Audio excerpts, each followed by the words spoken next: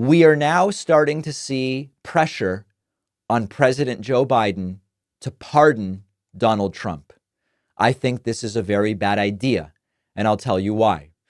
But we are now starting to see editorials like this one in the National Review, a conservative publication, called Biden Should Pardon Trump.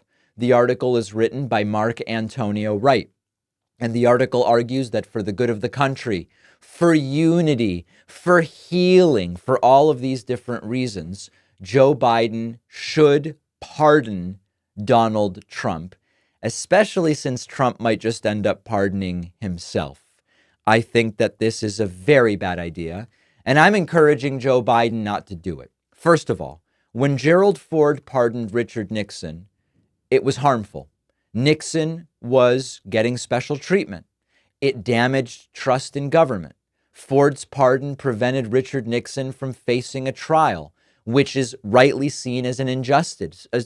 People were affected by Nixon's actions, and the pardon from Gerald Ford made it so that there was no possibility of real consequences.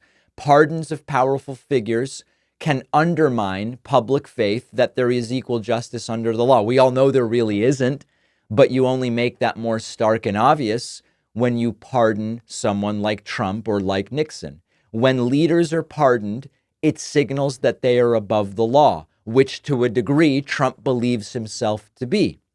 Knowing that there is a chance of a pardon, if you set that as a standard or as a tradition, can embolden leaders to do whatever they want, to take unethical actions, to take illegal actions.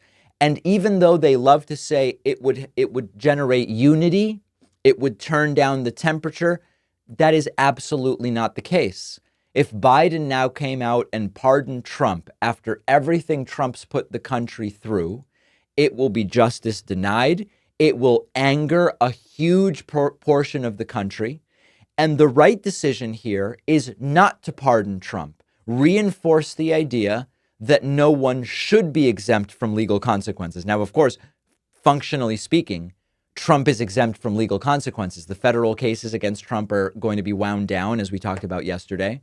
Donald Trump is unlikely to be sentenced in the 34 guilty felony counts because of the fact that he is now president-elect. I mean, it's unfortunate, but Trump is going to be exempt under the law from consequences. Given that, the last thing I want to see is Joe Biden formally make that a reality when it comes to federal charges. So it won't unite the country for Biden to pardon Trump. It won't reduce polarization. It won't suggest that our democratic guardrails and judicial guardrails are firm and sturdy.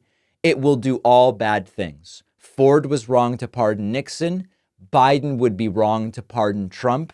And I really hope that we don't see it and that Biden resists the pressure that is very clearly and very obviously building here. Now, if I'm wrong on this, if I'm missing something, and there are people in my audience who are on the left, Biden supporters, Harris supporters, whatever, not Trump supporters, and you do think that Biden should pardon Trump, I want to hear from you. Change my mind. info@davidpakman.com.